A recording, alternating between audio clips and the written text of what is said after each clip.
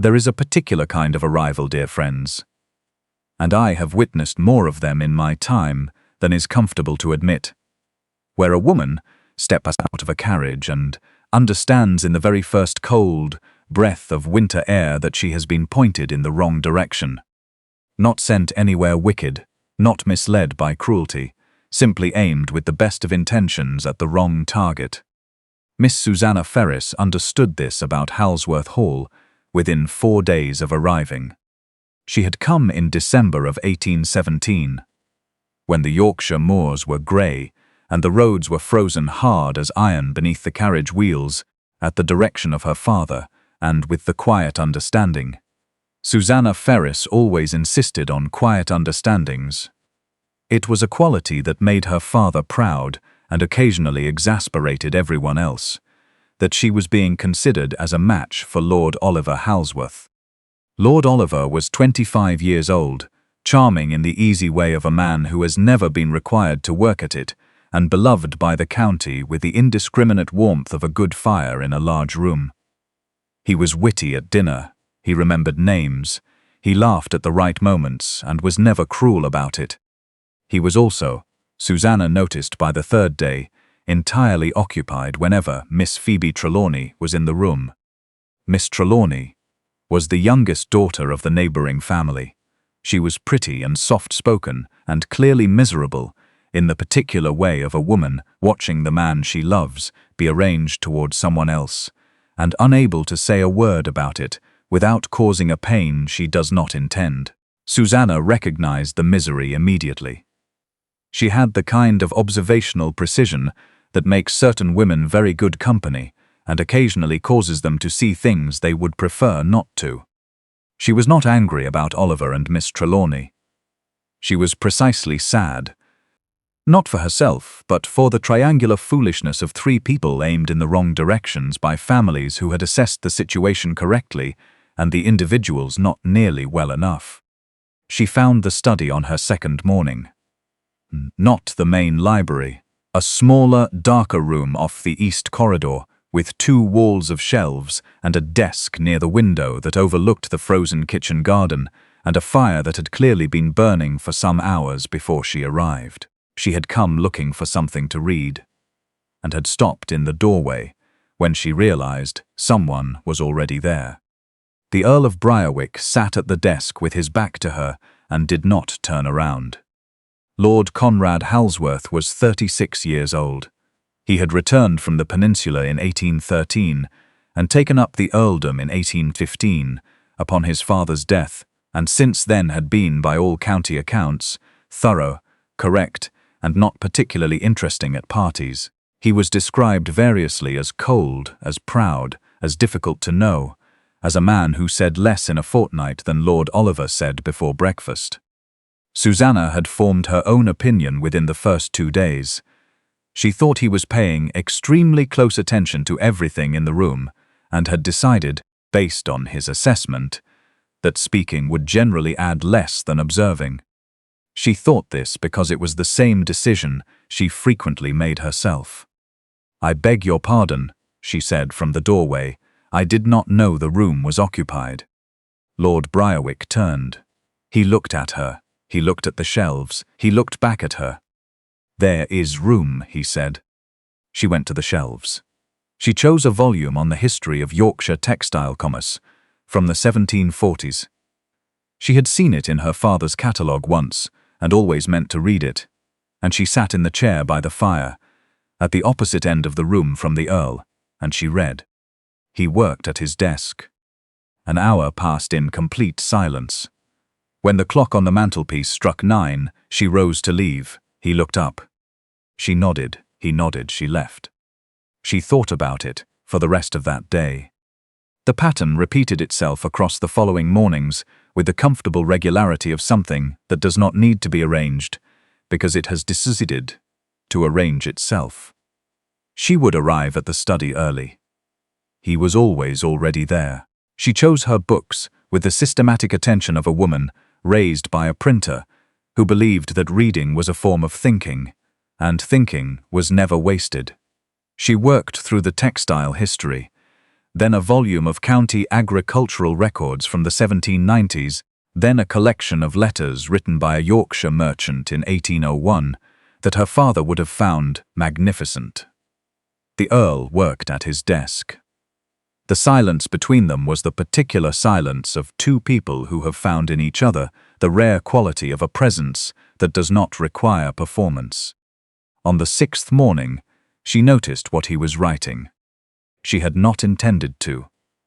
Tired, she had risen to return a volume and passed his desk on her way to the shelf, and she had seen the page because he had not covered it, and she had seen 3 lines that were clearly the opening of a chapter concerning the Halifax wool trade and the collapse of the 1812 credit markets. She stopped without meaning to. Lord Briarwick looked up. "You are writing a history," she said. "Yes," he said. "Of the wool trade. Of the Yorkshire economy between 1790 and 1815. The wool trade is one element." She looked at the page. She said, because she had been raised by a printer and could not entirely help it, "Your citation in the 3rd line is incorrect. The Thornton report was published in 1809, not 1808. My father issued the 2nd edition." A pause. "Your father is Nathaniel Ferris," Lord Briarwick said. "Yes." "Of the Halifax Ferris Press." "Yes." He looked at the page. He looked at her. He made a small, deliberate correction in the margin and said nothing further. She returned the agricultural volume to the shelf, sat back down by the fire, and opened the merchant's letters. She thought about that exchange for the remainder of the day, and the day after, and the one after that. Now, dear friends, I want you to pay close attention here, because this is precisely the part of the story that the county missed entirely.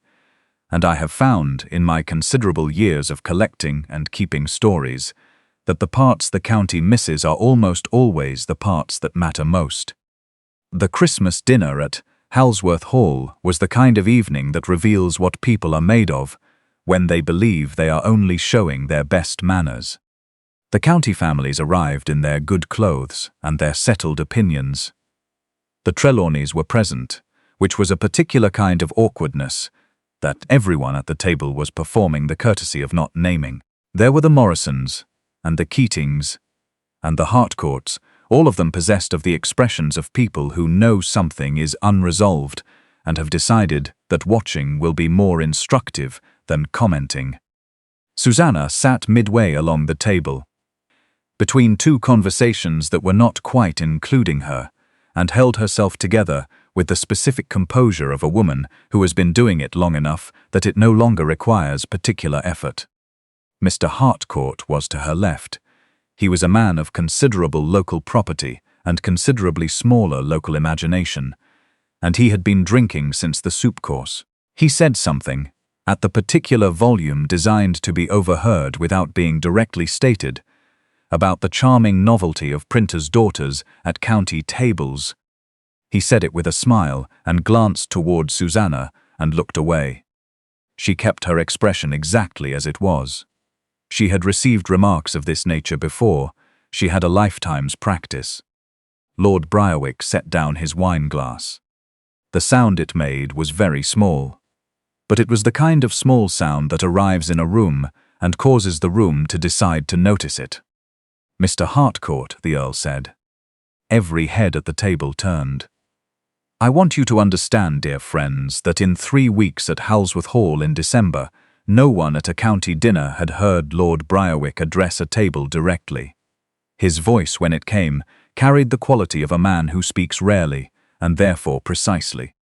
'That will do,' he said. 3 words. Not a speech. Not a performance.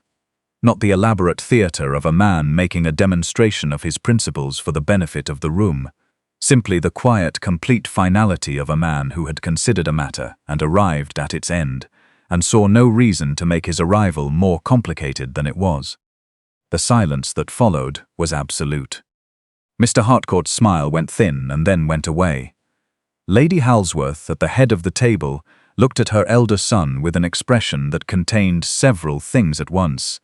I believe relief was among them, and perhaps a form of recognition that had been a long time arriving. The Trelawney daughters exchanged a glance. Lord Oliver studied his plate. Susannah looked at the candles. She did not look at Lord Briarwick. She had decided, in the moment his glass touched the table, that she could not look at him with an expression she could control, and that she was not yet ready to be unguarded. What she felt. The specific quality of being defended without fanfare, without requiring anything from her in return, by a man who had apparently arrived at some decision prior to that evening and was simply acting on it, was not something she had expected to feel at a Yorkshire dinner table in December. She'd looked at the candles and held herself together, and was, beneath all of it, profoundly and inconveniently moved. The next morning Lord Oliver found her in the frozen kitchen garden, which was where she went when she needed cold air and something solid to look at. He arrived with the expression of a man who has spent the night working up to honesty and is not entirely certain he has worked up enough of it. "I owe you an apology," he said. "Yes," she said. He stopped. He looked at her. "You know about Phoebe," he said. "I noticed," she said. "There is a difference." She was not unkind about it, dear friends. She asked him directly whether he wished to marry her. He said no, quietly, honestly, with the specific relief of a man setting down something that had never rightly belonged to him. She told him to speak to his mother. She told him to speak to Miss Trelawney. She told him his mother was a more practical woman than he had given her credit for being. He left. She stood in the frozen garden and thought about what came next and what she would tell her father, and whether the visit had failed her, or had since taken 3 weeks to show her clearly what it was. She went to the study. She sat in the chair by the fire and did not open the merchant's letters because she was not capable of reading at that particular moment. She heard Lord Briarwick's voice in the corridor later that morning, and then Oliver's, quieter, and then a door, and then silence. She did not know what passed between them. She was not meant to know. What she was certain of, with the clarity she always brought to the things she was willing to look at directly, was this: Lord Briarwick had not been indifferent during the 3 weeks of her visit. He had been precise. He had been, she was prepared to admit now, watching. He had spoken at that dinner table, not on behalf of a principle, but because he had already decided something, and the dinner had simply provided the occasion. She thought, "I am 27 years old, and I have been brought to this house for the wrong man, and the wrong man has had the decency to say so honestly." She thought, that is not the whole story. She was still sitting with that thought when the study door opened, and Lord Briarwick came in. He stopped when he saw her. She stopped in the act of rising when she saw him. They looked at each other across the length of the room. "Sit down," he said, "if you like." She sat down. He came to his desk. He looked at the manuscript for a moment, and then set it aside and looked at her instead. With the direct, unhurried attention that she had come to understand was not coldness, but its precise opposite. "If you have found your way to this fireside, dear friends, you likely know something of what it is to be looked at by a person who is not performing attention, but simply giving it. Completely, without requirement, without the social apparatus of a compliment or an angled question. It is a different thing entirely. It is, in my considerable experience, quite rare." "The dinner," she said after a moment. "Yes," he said. "What you said to Mr. Harcourt." She paused, finding the exact form. "I want you to know that I understood it as it was meant." "How was it meant?" he said. "As a statement of fact," she said, "not a performance." He held her gaze. "It was," he said. She nodded once. She looked at the fire. She said, because she had decided to say it, and she was not in the habit of deciding things, and then declining to do them, "I found another error in the manuscript. Chapter 4, the Blanket Row Assessment of 1803, is cited as a primary document. It was a summary. My father holds the original survey in the Halifax archive." A silence. Is that useful? She said. Considerably, he said. She looked at the manuscript on his desk. She rose. She stopped at the door. Lord Briarwick, she said. Miss Ferris, he said. She left. The Halsworth, Lady Halsworth, came to her room that evening, not with the managed efficiency of a woman defending an arrangement, but with the careful honesty of a woman who has reconsidered something and is approaching the reconsidering without artifice. They spoke for nearly an hour. Lady Halsworth said, slowly, that her elder son had said something to her in September, several months before the visit was arranged, about the nature of such arrangements and whether they served the people within them. She had not listened then. He says things once, Lady Halsworth said, and does not repeat them. I have spent 30 years deciding whether the once said thing was worth attending to. Is it? Susannah asked. Almost always, Lady Halsworth said. I am reliably late in understanding that. She left. Susannah sat on the edge of her bed and thought about what it must be like to be a person who sees clearly and speaks precisely and is disregarded because the precision is mistaken for coldness. She thought, I know something about being read incorrectly. Mr. Ferris arrived on a Thursday. He came with snow still on his shoulders and the expression of a man who has received a letter and decided that letters are insufficient and he must see his daughter with his own eyes. He embraced her in the entrance hall in a way that contained everything he had not found words for in his letter, and Susannah felt in that embrace the specific relief of being known correctly by the person who has always known you correctly. She told him everything, Oliver and Phoebe, the dinner and Mr. Harcourt, the study mornings, the manuscript.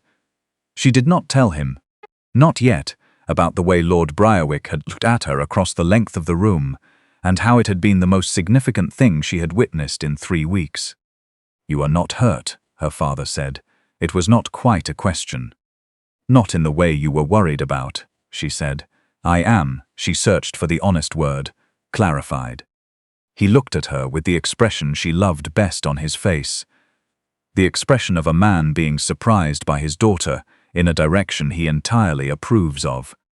Papa, she said, before you speak to Lady Halsworth, Lord Briarwick has asked to speak with you.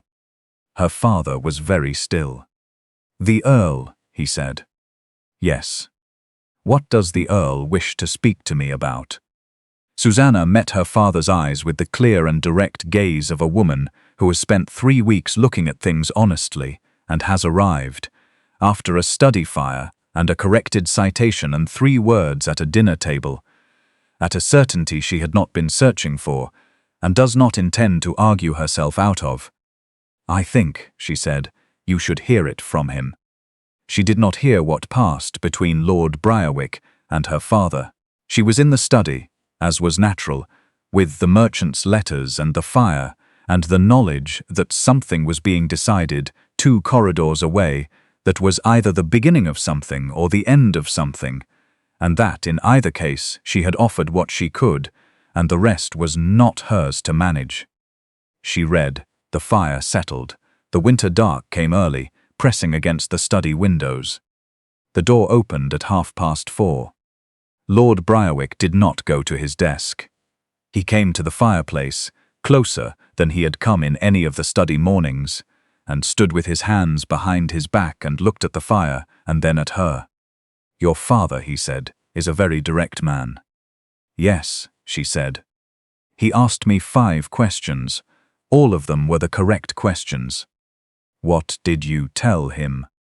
He looked at her with the grey eyes she had come to understand were not emptiness but depth, the particular depth of a man who has been paying attention since the beginning and has chosen carefully when to speak.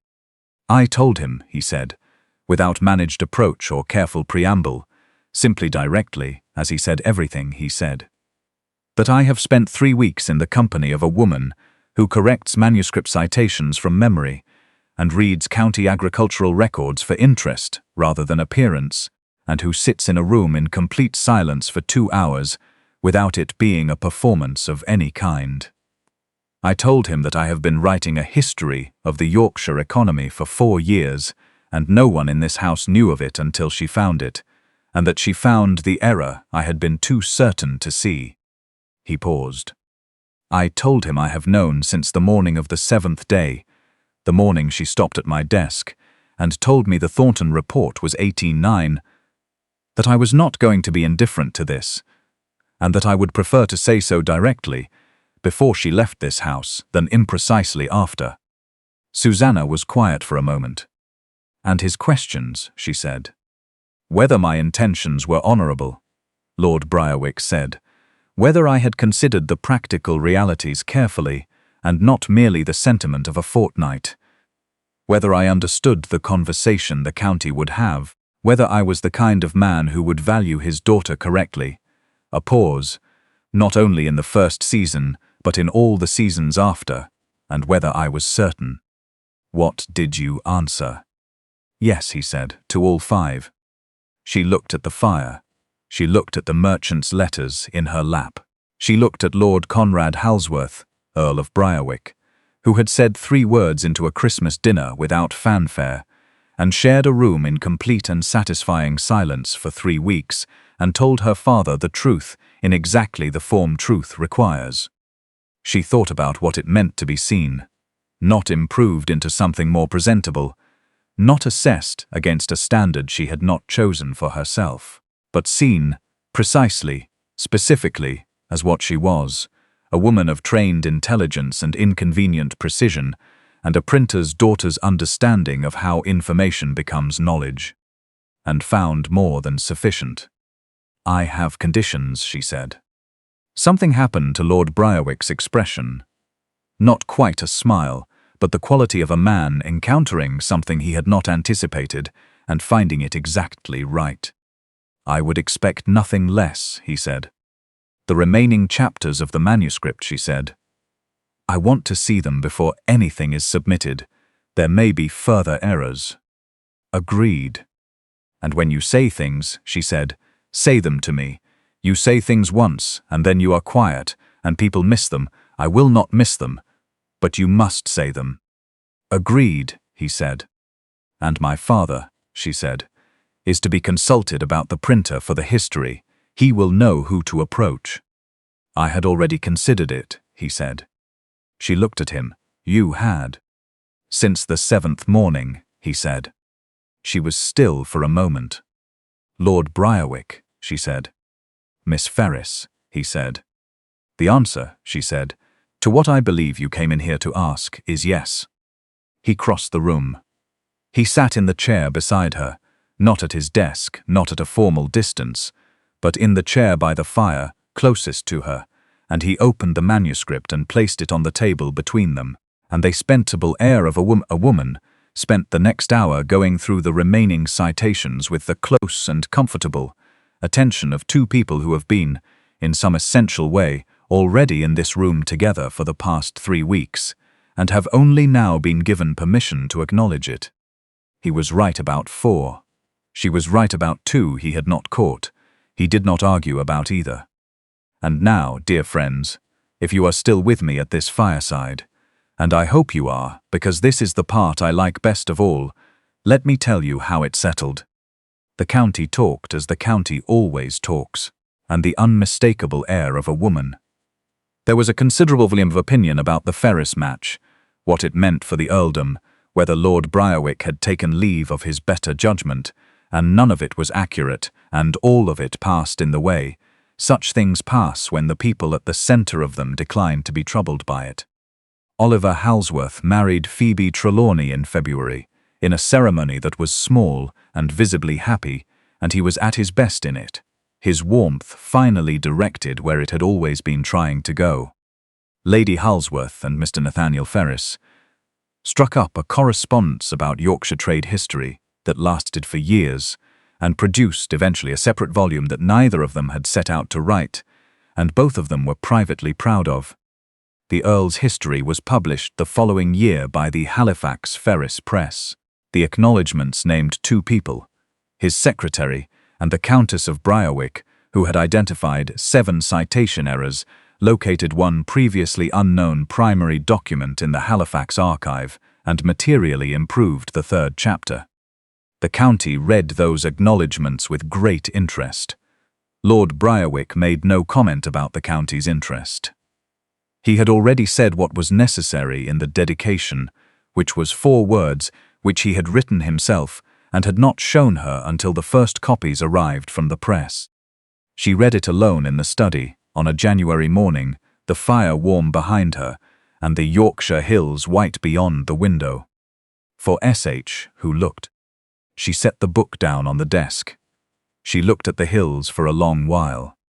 She picked up her pen and her notebook and began the letter she had been composing in her mind for 3 days. To her father about the secondary archive in Halifax and what it might contain, and whether a visit in the spring was warranted. Behind her, the study door opened.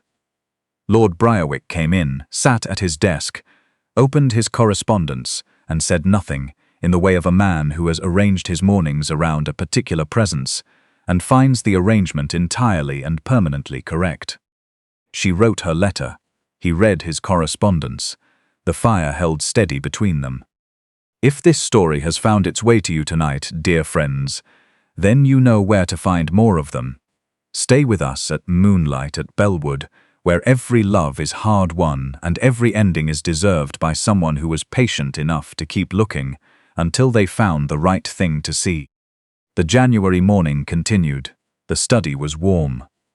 Outside, the snow lay quiet and complete across the Yorkshire moors, and inside 2 people worked in the particular silence that is not emptiness, but the fullest, most honest kind of company there is.